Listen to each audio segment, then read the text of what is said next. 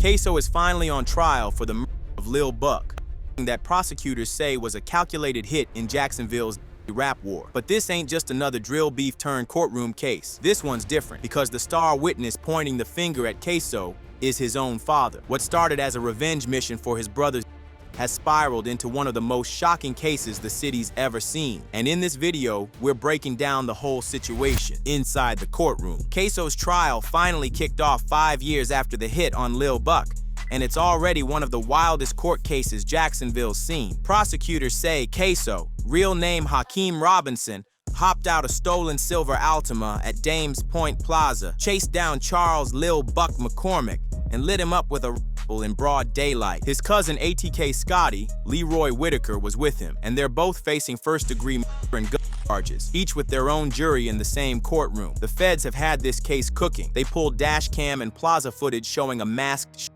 and brought in an FBI phone expert who matched Ksoo's cell pings to the area minutes before and after.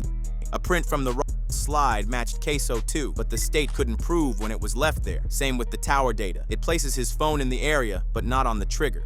The feds' whole setup hinges on two insiders flipping. Dominique Butter Barner already copped a plea and laid the whole play out in court. He said he drove the getaway car and that he, Ksoo, Scotty, and Ksoo's brother spent hours tracking Lil Buck after finding his addy online. They waited at the plaza until Ksoo got fed up and jumped out. Barner said the target was clear, because Lil Buck dropped a diss track clowning Ksoo's brother's mouth. The same track got played to the jury. Hotter than a stove, circle small like a Cheerio. Homeboy died on his birthday, 23, ain't here no more. Caught that nigga at the light. Y'all caught when folks took in on Whitley. Parker screaming out for help. Instantly, it ain't no fair enough. But the craziest moment came when Ksoo's own dad, Abdul Robinson Sr., took the stand for the prosecution. The state showed him a dash cam still, and he broke down, eventually IDing as his own son. He said he flipped because his health's fading, congestive heart failure, kidney failure, and he took a deal to shave 40 years off his own bid. Said he wants at seeing his kids grow up. The defense ain't letting that slide easy. They told jurors the witnesses are all saving themselves, that the video looks shorter than Ksoo, and that a fingerprint on the doesn't prove when it got there. They're also saying the state's crossing a line by using rap lyrics and Instagram captions about getting payback as evidence, especially after Florida tightened laws around that in 2023. The judge still let the lyrics in for context. When the state rested on July 29th, they had the whole stack laid out. Plaza footage, cell tower hits, a fingerprint match, shell casing ballistics, the diss track for motive, and live testimony from the driver, detectives, and Ksoo's father. The defense starts July 31st. But their witness list is sealed. If Ksoo and Scotty lose this, they're both looking at life with no parole. How a diss track triggered a trial. For years, Jacksonville drill was split down the middle, a TK on one side, KTA on the other. ATK, led by Youngeen Ace and Ksoo, stayed locked in with bodies, while KTA, pushed by Julio Fulio, had Lil Buck circling the edges, trying to earn his name. But this beef was way deeper than lyrics. Both camps kept a real scoreboard, dropping names and tracks after every.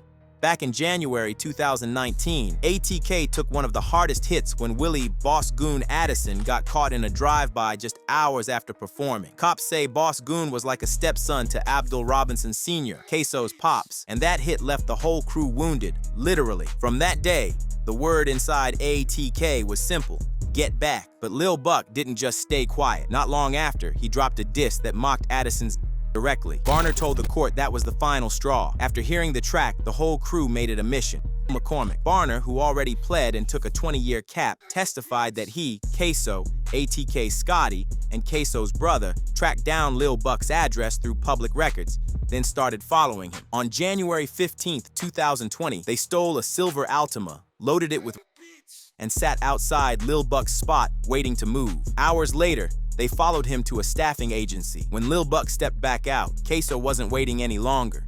He jumped out in full tactical gear and chased him through the Dames Point Plaza lot, letting off shots until Lil Buck dropped between two parked cars. Not long after, an off-duty cop spotted the stolen whip, followed it until it crashed, and the suspects hit a house nearby to change and lay low. Cops later found a with Ksoo's print on it and shell casings that matched the scene. Just hours after the hit, Ksoo jumped on IG. Prosecutors pulled up two posts, one showing a clip of Lil Buck with the caption, "Bye-ye, bye-ye," and another flexing a pedicure with the line, Then go get my toes done. The state says that's a digital confession. Defense says it's just rap flexing, but the judge allowed it under Florida's 2023 rap lyrics law, saying it gives context to motive. The courtroom flipped on July 28th when Ksoo's own father took the stand. Abdul Robinson Sr. looked at a dash cam still of the mask and broke down. He told the jury his health's failing and he didn't want to in prison. His deal cuts a 60-year sentence down to 20. Defense says he and Barner both only flipped to save themselves. They pointed out his face is never shown, that eyewitnesses said he was shorter than Ksoo, and that phone pings don't prove who pulled the trigger, just that his phone was in the area. Still, the state's case is simple. Addison got Lil Buck disrespected, so ATK slid back. Prosecutor Joel Cooper said the goal was to show no one disses ATK and walks. Now it's up to the jury to decide if that chain of events adds up. If they say yes, Ksoo's gone for life, no parole. And this isn't the only case Ksoo is facing. While he's currently on trial for the of Lil Buck, there's another body tied to his name. 16-year-old Adrian Lil Bibby Gaynor. Bibby was down inside Jacksonville's Hilltop Village apartments back in February 2019, hit with at least 45 rounds from a 7.62.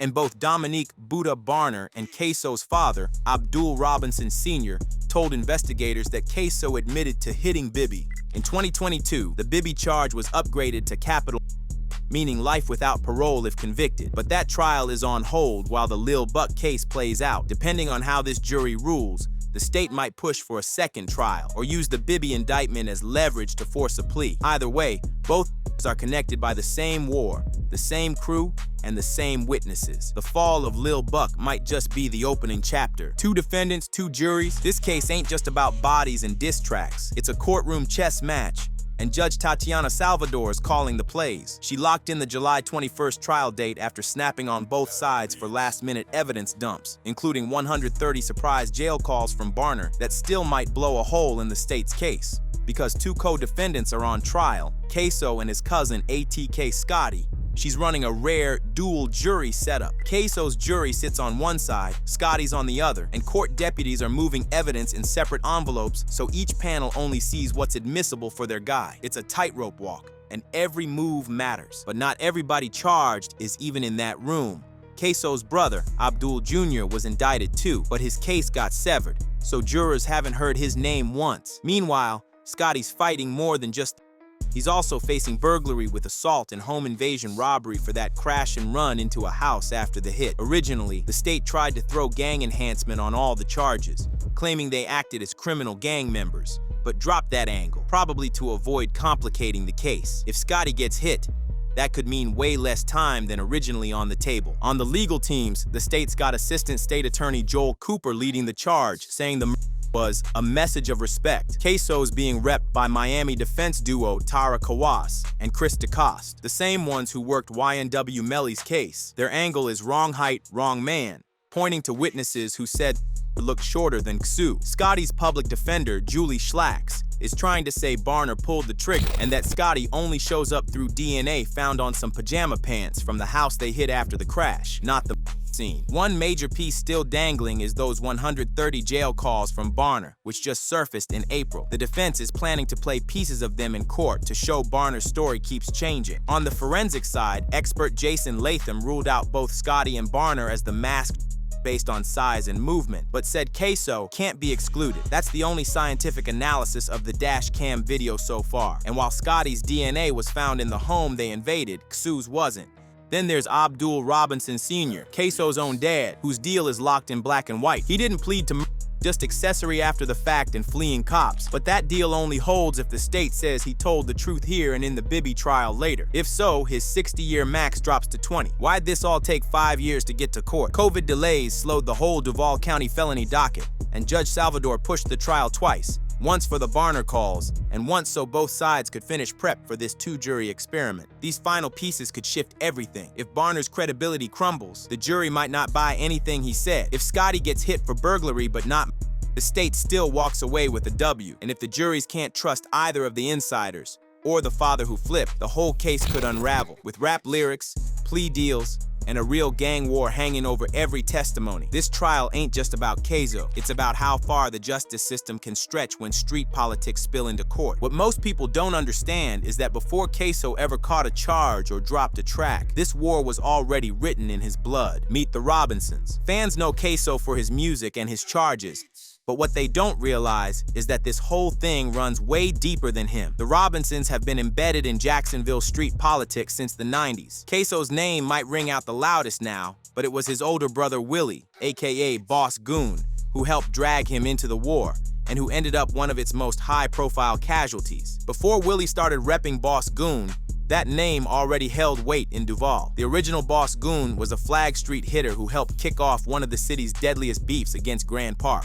It all started over something petty. An argument in the club turned left when OG Boss Goon allegedly threw a drink at a Grand Park affiliate. Less than 24 hours later, retaliation came quickly. A dude named Jerry Clemens got hit in a drive-by, and that sparked years of back-and-forth smoke. Bodies started dropping. At least 20 people were in the fallout between Flag Street and Grand Park. OG Boss Goon was the main enforcer on his side, and he put in so much pressure that his ops boxed him in with 3 whips and laid him out in broad daylight in 2010.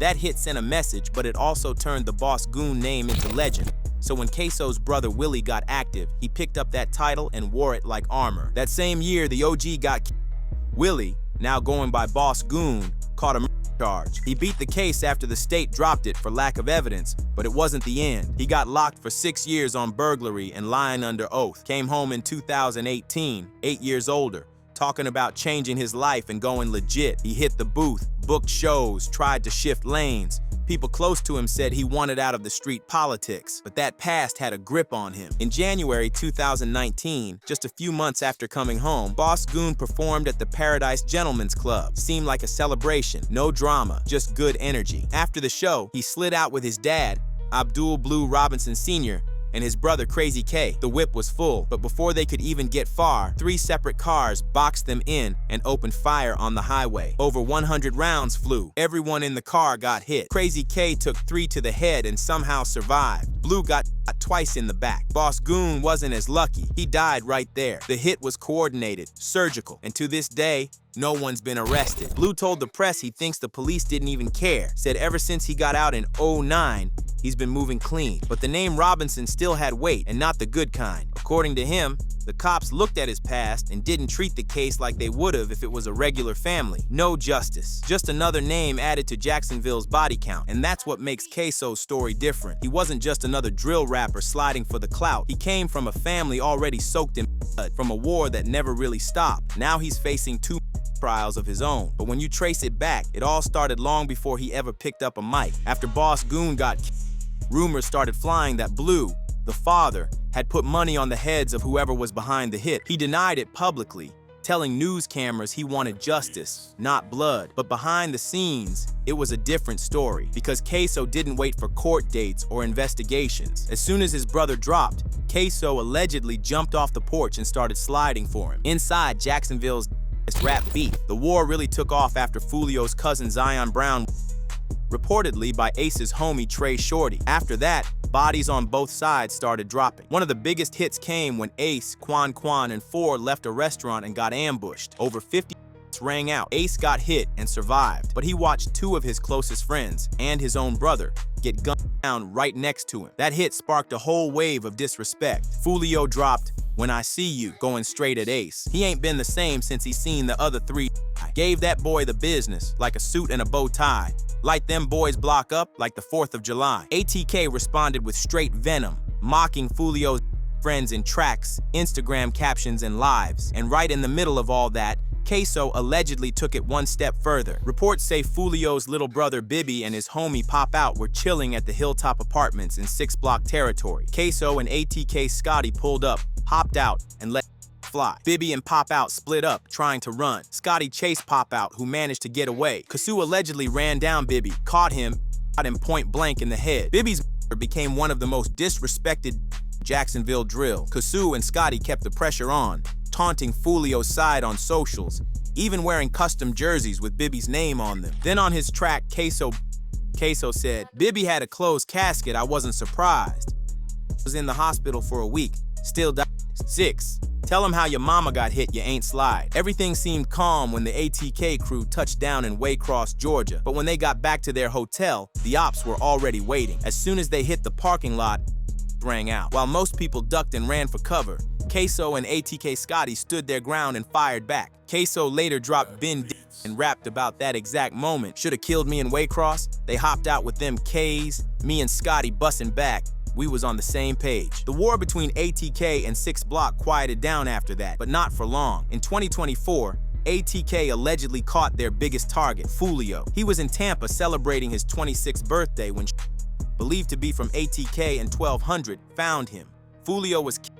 The story went viral instantly. Ksoo was already locked up when it happened, but that didn't stop him from jumping on social media to clown up. He posted an old photo of him and Foolio back when things were cool and captioned it, June 23rd. Eventually, police caught up to Ksoo, his brother Crazy K, and their father Blue. All three were charged in connection to the Lil Buck, a father and his 2 sons wrapped in the same first-degree body. Jacksonville had never seen anything like it. But the case took an even crazier turn when Blue flipped. In court, under oath, Blue pointed to his own son as the... Who is the person that was captured on the video recording shooting Charles McCormick?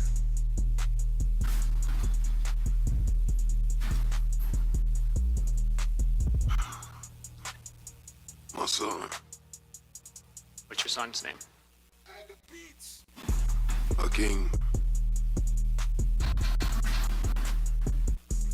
That moment stunned the entire city. Blue had always been seen as a solid OG.